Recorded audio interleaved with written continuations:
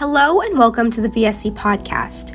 Here we sit down with professionals that serve survivors and victims of trauma, or those who have experienced violence and have conversations about social issues.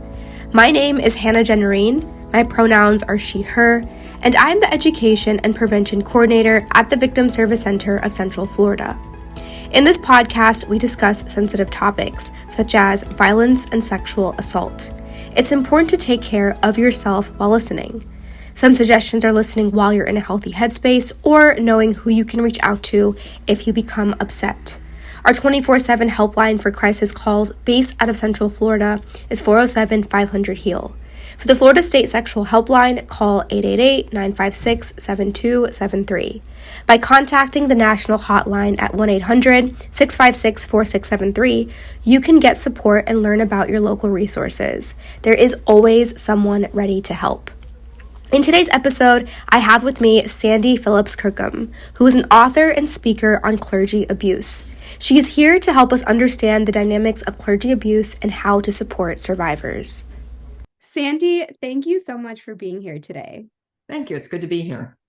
To start, can you share with our audience a little bit more about who you are and the work that you do? I'm from Cincinnati, Ohio. I'm married with 2 children and 2 perfectly lovely granddaughters and 1 very cute dachshund. I enjoy gardening, playing golf, and spending time with my grandchildren. I do advocacy work for victims of clergy sexual abuse, not just minors, but adults as well. I volunteer for an organization called the Hope of Survivors, which helps adult women. And I am on the board of COCA, which is the Council Against Child Abuse. So to start, what is clergy abuse, and can you explain the power dynamics that are in place? So clergy abuse, and I want to clarify, it's not just clergymen, but it could be anyone in a spiritual leader. So it could be a choir director, a Sunday school teacher, someone who has some influence spiritually over another individual. But we generalize and just say clergy abuse, but it could be anyone within the church who has some kind of authority. So clergy abuse is any time that a person in position of authority takes advantage of that position by using another individual or abusing that individual. It can be physical or emotional. It can be some kind of control over that individual. And they're using their position to take advantage of a weaker, more vulnerable individual. A lot of times, especially in the church, we have people who come with needs and concerns, who are emotionally broken, who may be going through a divorce, children who are being bullied or feel shy, and they feel the church is a safe place, which it should be. But the unscrupulous type pastor or clergy person will take advantage of those vulnerabilities and manipulate them and use them to take advantage of them either sexually or emotionally. The dynamics involved here is that you have an individual who is in a powerful position. He's in a position of influence. And I say he, but it can also be females as well. In the Catholic Church, many times nuns have been accused and found guilty of abuse as well. But it's just easier to continue to use the word pronoun him or he. But they have a position of power. They're looked up spiritually. Oftentimes, especially in the Catholic Church, where the priest wears a robe, they're looked at as part of being godlike. And so they use that position to take advantage. So we trust these people because they're the pastor, they're the priest, they're the rabbi. And that automatic trust gives them an in to taking advantage of our trust. What are common factors that contribute to instances of clergy abuse within religious institutions, and why does it happen? Like you were saying, when we think about religious institutions, these are individuals who are put in positions of power, one, because people are coming to them because they're vulnerable. They want, guidance, they want direction, they want to enhance or improve their faith. And why does this happen, and what are common factors that contribute to this? I think the first one is we give them an automatic trust. So some behavior that we would not accept in, say, our neighbor down the street or a friend or a family member, we accept in a clergy person because he's the pastor, he's the rabbi. So, when a pastor or rabbi would give a hug to someone that we think, okay, that was a little lingering hug, or, I'm not comfortable having him hug me, but I don't want to say anything because I don't want him to feel bad because he's the priest or the rabbi. If it were a neighbor down the street, we might say, I'm not comfortable having you hug me. So we tend not to question behavior that we might question in someone else because they're in the spiritual authority. So that's the first problem, is that we don't question behavior that we would normally question otherwise. It also happens, as you pointed out, and as I've said earlier, people, when they're vulnerable, tend to trust more and they question less. And so we want to be helped, and we want this person to care for us. So we don't want to put them in a position of questioning them or making them feel guilty about something that we think, well, we're misunderstanding. So, in my case, my youth pastor kissed me in my hallway after a youth group meeting. And I was totally confused by it. And I thought, well, I think he just kissed me, but he wouldn't be doing anything that was wrong because he's my pastor. And so I justify it that this was his way of just showing how much he cared for me. And because it was kind of this quick, innocent kiss, it was kind of easier for me to justify that.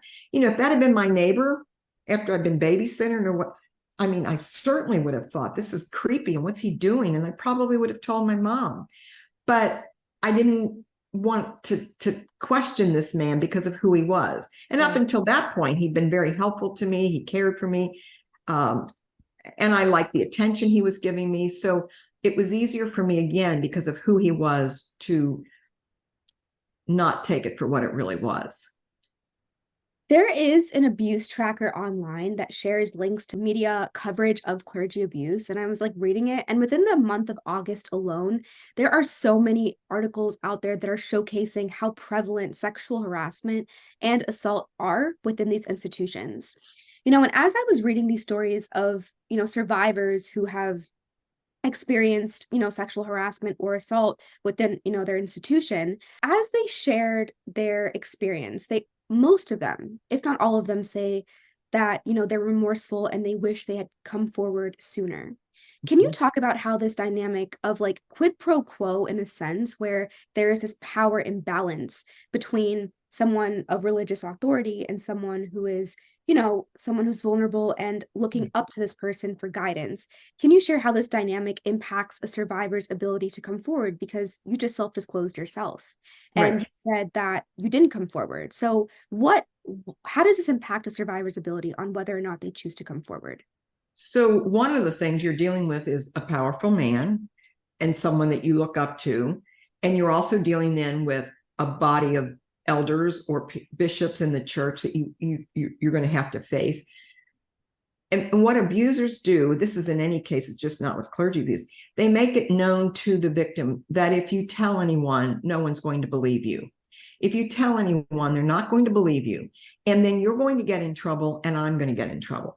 So those are two very powerful statements made by the perpetrator that, as a victim, you're going to believe that. Because I can remember thinking, who's going to believe me? I don't even believe this has just happened to me. I had sex with the pastor. Who's going to believe that? And they're going to believe him over me. So that's one thing that silences us. It's also the hierarchy of the church is mostly men. So now you've got a mostly female victim who's got to face a group of men and the fear of how they're going to respond.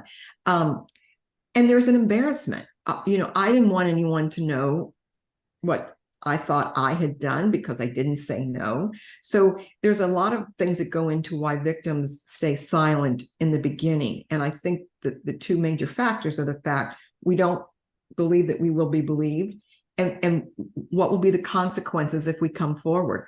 Am I going to get in trouble? Will I get him in trouble? And I also understood, and I think many victims, especially in the church, understand that if I come forward with this information, this is going to be a bombshell. This is going to rock the world of this church. And do I want to be responsible for that? So as victims, we don't feel like we have the power or the voice to be able to come forward. And on top of that, when, I was reading stories of clergy abuse, there are many abusers who aren't held accountable for their behavior. So to give an example, I was reading the story of Lawrence Hecker. I'm not sure if you're familiar with who he is. I'm not. Mm-mm. So he was a Roman Catholic priest who was accused of sexually molesting and also sharing a bed with multiple teenagers. And, when these like children were coming forward with it, the institution responded by sending, Hecker to an out-of-state psychiatric facility. So they diagnosed him with pedophilia. And then the facility also learned that Hecker, despite his vow of celibacy, he had previously engaged in like a sexual encounter with a grown man who had a mental disability. And on top of that, who he was ministering. Now, instead of removing him, the archdiocese prohibited Hecker from working with children, working with adolescents, and also like particularly vulnerable people. And he was still allowed to work and he ministered until the church actually let him retire in 2002. And that did not like sit right or well with me, knowing that, he kind of got off the hook. And there was actually a press coverage, I think like 2 days ago, where they were able to find these files that like from the state where he admitted to molesting these children. And that's another reason victims, they see this. They see this. And so they understand, well, are they going to even do anything if I do come forward? I mean, in my case, I was not his first victim. I describe in the book how he was confronted after he was hired at our church by a young girl in his first church. And our elders, instead of removing him, they not only not remove him, but they kept that information a secret from the congregation. So no one was aware that he'd had any kind of sexual misconduct in his prior church. He was allowed to continue in the ministry in our own church. And within 6 months, now, let me say, he said he was sorry. He asked for forgiveness. They said they'd give him a second chance. Within 6 months, he was kissing me in my hallway. And when I confronted him 27 years later, he was still a pastor, had admitted that there had been many incidences throughout his ministry. He was removed one time, as you said in this case, sent to get help. He was sent to get counseling. He was identified as a sexual addict. They put him back in the church. And when I confronted him, he was still a minister in a church in Alabama. And no one in his church, the congregation, was aware of his past. They kept that hidden. He had a file that people didn't know about until I confronted him and exposed him. So that is a crime in itself. And I often say, look, these men, if they've got mental issues or they've got problems they can't control, that's one thing. But the enablers who allow these men to continue in the pastor position, they are as guilty as the man himself. They have allowed this man to. My pastor, my abuser, is still in the ministry.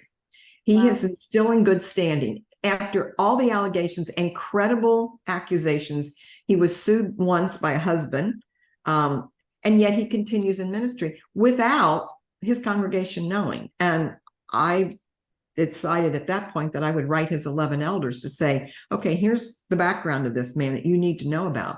So let me I'll ask you a question.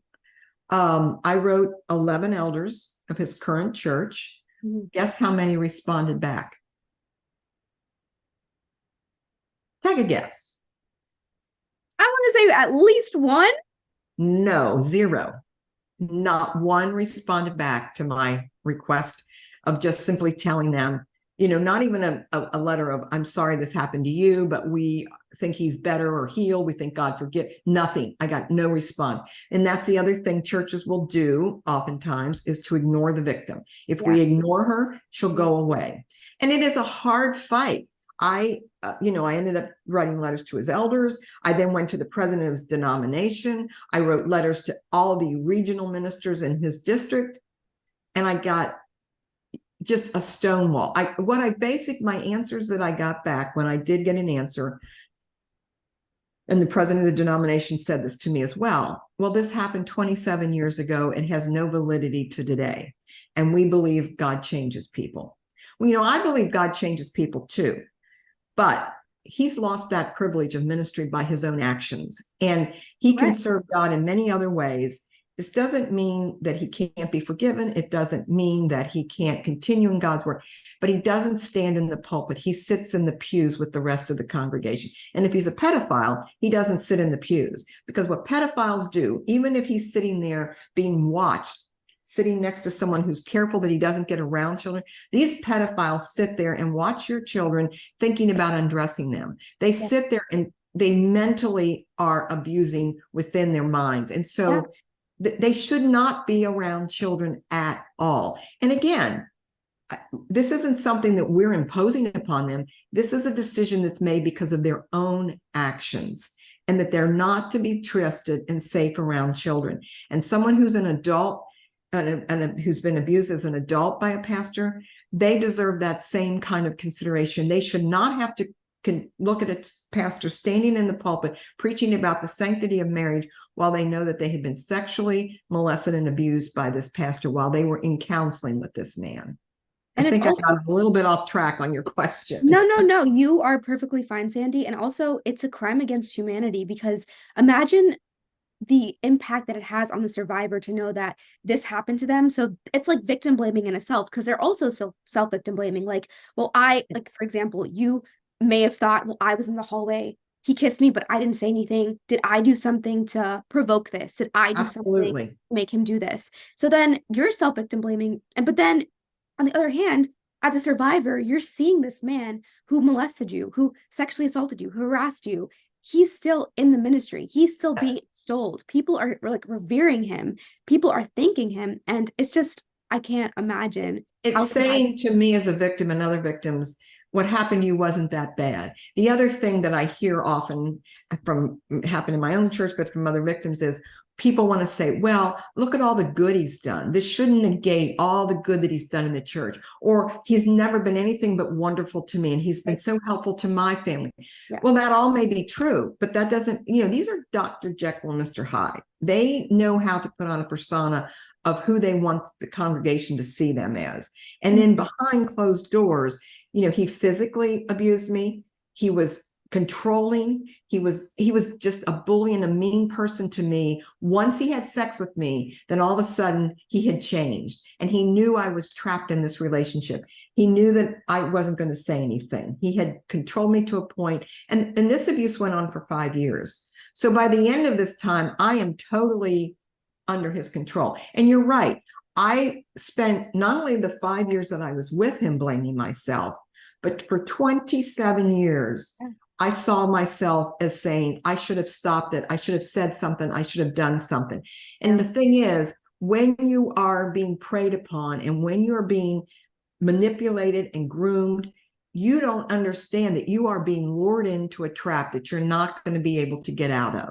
Sure. And that's exactly what it is. You're lured in, and once you're in that trap, you don't know how to get out. Mm-hmm. And for 27 years, I just thought, in my mind, I was 17 when he had sex with me. I was 16 when he kissed me. I had had an affair with a married man who was my pastor with 2 children. That's how I saw it for 27 years.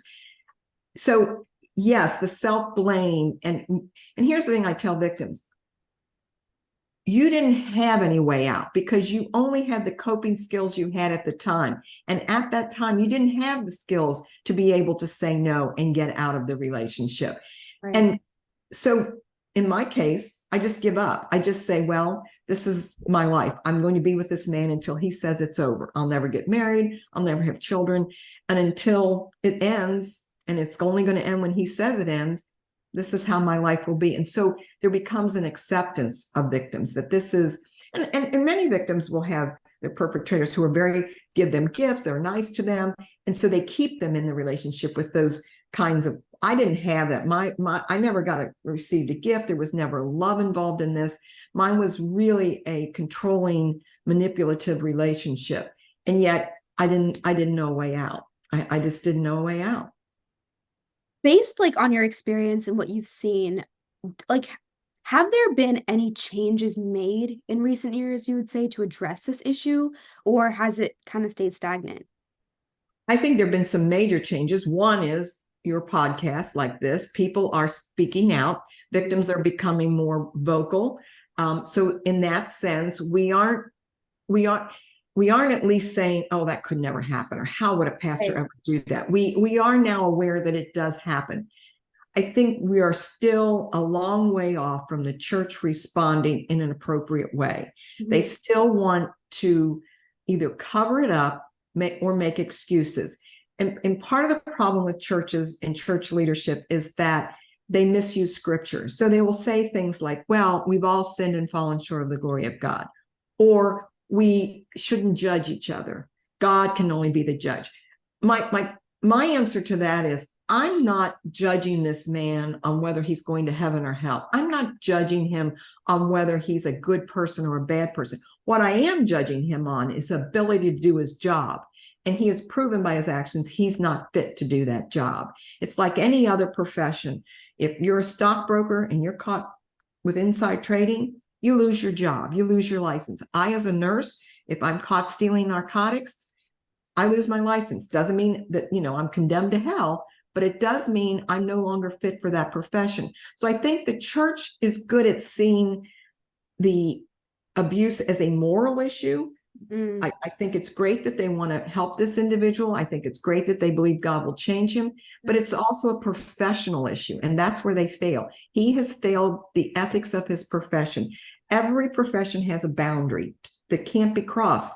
And in spiritual leaders in the church, a boundary that you may never, ever cross is to take advantage of one of the sheep that you are to guide in your congregation. The Bible warns us many times, beware of wolves in sheep's clothing. And there's a reason for that. It's mentioned 27 times. 27 times we're warned about the wolves in sheep's clothing. And that's what they are doing. They have devoured one of the sheep. And so I think we've come a long way in opening this topic up, but we are so far from addressing how to handle the situation and how to support victims. The victims are kind of left on the side. My abuser got counseling. Did anyone ever come to me and say, we'd like to pay for your counseling? No. And that should be number one. It should be made clear to victims, this was not your fault. You had every right to expect this man to maintain the proper boundaries. He didn't. And we are going to do everything we can to help you.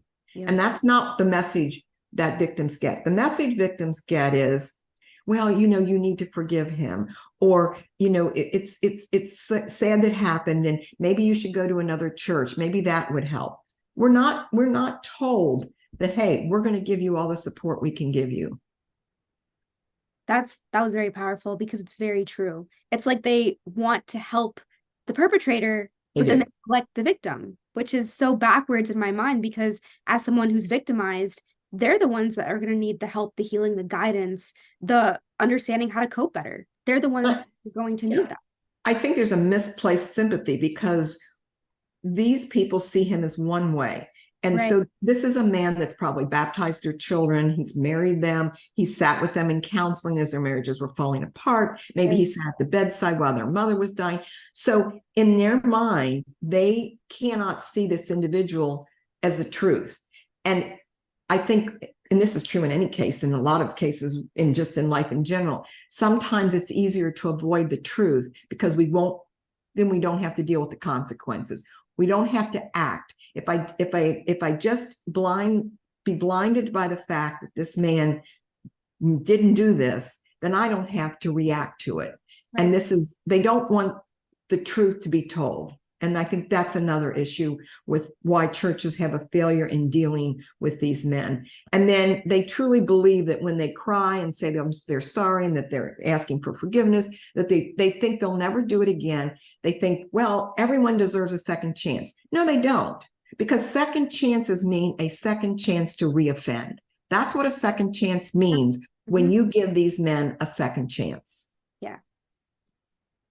Are there any specific warning signs or red flags that individuals should be aware of when it comes to identifying potential instances of clergy abuse within their religious settings?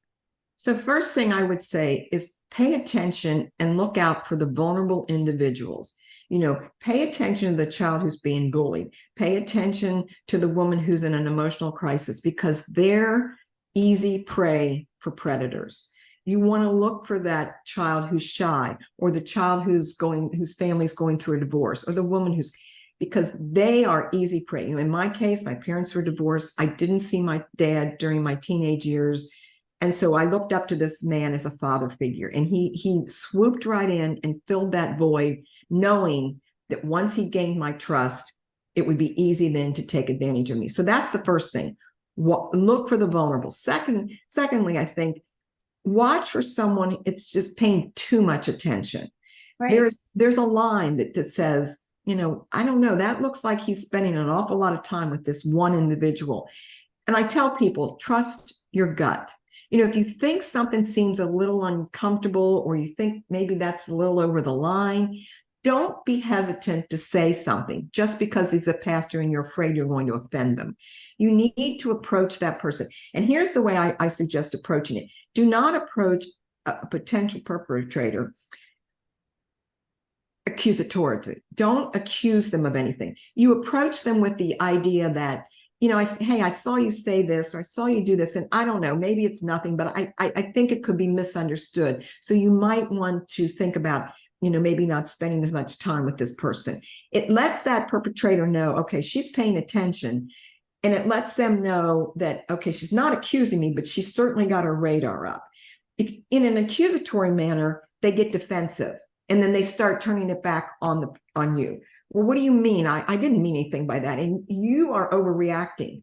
Then that person says, okay, well, maybe I am overreacting. So I think the approach should be more of a kindness kind of approach. And then again, if truly that person is innocent in their behavior, they're going to thank you and say, oh, I didn't think that, I'm sorry, I probably should have thought about that before I did this or said that. So I think the idea of trusting your gut, and if you see a red flag, act upon it. Even maybe tell someone else, have you ever noticed? Say to your friend, I've noticed this. Do you notice it? So I think there's an idea that we need to stop being afraid of offending someone because we might think, well, we don't want them to think we're accusing them of something so horrific as being abusive. In my case, I can't tell you the number of people after reading my book, hearing my story, would say to me, who knew me at the time during the church attendance, would say, there was a time when I saw him say something to you, or I saw him be kind of angry with you. And I thought, what's he doing that for? And I thought, there were red flags, but no one acted upon them. No one responded. Yeah. What role does the broader community, including congregation members, play in either enabling or preventing instances of clergy abuse from being exposed? Well, preventing it means in churches, you need to have a policy in place. You need to specifically say, this is what we will do if there is an accusation of clergy abuse. And you need to get experts. The people in the church can be wonderful people, but they're not necessarily experts on this topic. So they need to get information from law enforcement. They need to get information from people who are experts in this field. There are several resources out there. Mine could be one, but there's called GRACE. They deal with clergy abuse. SNAP organization, which is Survivors Network Against Abusive Priests. Talk to victims. So hear from victims. Be willing to really do the work to make a policy work in your congregation. That's the first thing. Because what happens when a lot of times in these cases, as it did in mine and many, all of a sudden they're flying by the seat of their pants as to what to do. What should we do about this? We don't have any clue what to do. So have a policy and then act upon that. It's no good to have a policy if once you have an accusation of clergy abuse, then to say, okay, well, maybe in this case we should do this. So you need to have it, you need to act on it. And then you need to understand the dynamics of clergy abuse and what it does to a victim. And don't expect the victim to give you all the information, because they're going to be embarrassed. They're going to be afraid to talk about it. You need to understand the dynamics. And again, that's back to education, whether and form a committee to say, this is our goal. We will have policy in place. And then the congregation needs to be informed. We have a policy. So if you see something, you can come to this committee. Give them a safe place to disclose clergy sexual abuse so that they feel comfortable coming. They're not going to stand up in front of the entire congregation and say, oh, I was sexually abused. They need a group of 5, 6, 7 people that they know if they go to, they will be heard, they will be believed, and it will be acted upon. And then as far as once it occurs, again, I go back to, it is a strict policy of removal. You cannot allow these men to continue in ministry. And the congregation needs to be told, we do not blame this victim. This was all his responsibility. He had He should have always kept those boundaries in place. That was his job, not hers. It was his. Right. Thank you so much, Sandy. And the last question that I have for you today is, for someone listening to this episode who is a survivor of clergy abuse, what is one thing or what are a few things you would recommend to them for their healing journey? The first thing that you need to do is to stop blaming yourself. And every victim does it. I did it for 27 years. You are not to blame. You were targeted. You were approached because of who you were, and your vulnerabilities made you a weaker individual, and you were not able to stop this predator. So stop blaming yourself. Secondly, I say educate yourself. Read all you can about clergy sexual abuse. And you know, I'm going to promote my book because I think there's a lot in here that will help victims. It's not only my story of hope and healing, but it's a story that gives educational moments to talk to victims and to people who want to understand more about this issue. So now you're going to not blame yourself. You're going to educate yourself. And if it's possible, you need to tell someone. And I am telling you that coming from someone who spent 27 years keeping a secret from her husband, her family, and her friends. So I know how hard it is to say the words, I was sexually abused by my pastor, rabbi, or priest. But you need to tell someone. And I would suggest telling someone outside of the church, because again, you may not get the kind of support that you need. So tell someone outside of the church. So those are the three things that I would really encourage victims to know. Not your fault. Educate yourself. I mean, you can Google clergy sexual abuse, and there is just a plethora of information out there. The Hope of Survivors is a ministry that I volunteer for. They have a great website. My own website would be a good source. But again, if you Google clergy sexual abuse, you'll find a lot of information out there. Sandy, thank you so much for your time. Thank you for your beautifully said words, for supporting survivors. And I commend you for, writing your book. Like, I need to read it. I'm going to go and buy it right after this episode now. It's available on Amazon, and it's also available on my website, which is simply my name, sandyphillipskirkham.com. And in the back of my book, I have several readings that I think would be helpful, not only, again, to victims, but to members of church congregations and anyone who's got a family member who's gone through this, because it's the support that's needed is paramount to a victim's ability to heal. Exactly. And I thank you. I applaud you. I commend you. Thank you so much for your words. Thank you so much for your advice. And for everyone who's listening to this episode, remember that you're not alone. There are people out there who are willing to support you and help you. You just have to take that first step and to reach out. And there are amazing people like Sandy in this world. Sandy, thank you so much again. Thank you. The VSC is a nonprofit organization that provides free, confidential counseling services for victims of any kind of trauma in Central Florida. The views and opinions expressed by podcast participants are their own and do not necessarily reflect the views or opinions of the Victim Service Center of Central Florida. This podcast content is made available for informational and educational purposes, and the VSC does not make any representation or warranties with respect to the accuracy or completeness of the content. While we make every effort to ensure the information we are sharing is accurate, we welcome any comments, suggestions, or correction of errors. To learn more about our services, please visit victimservicecenter.org. And to everyone listening, healing is not linear, and you are not alone.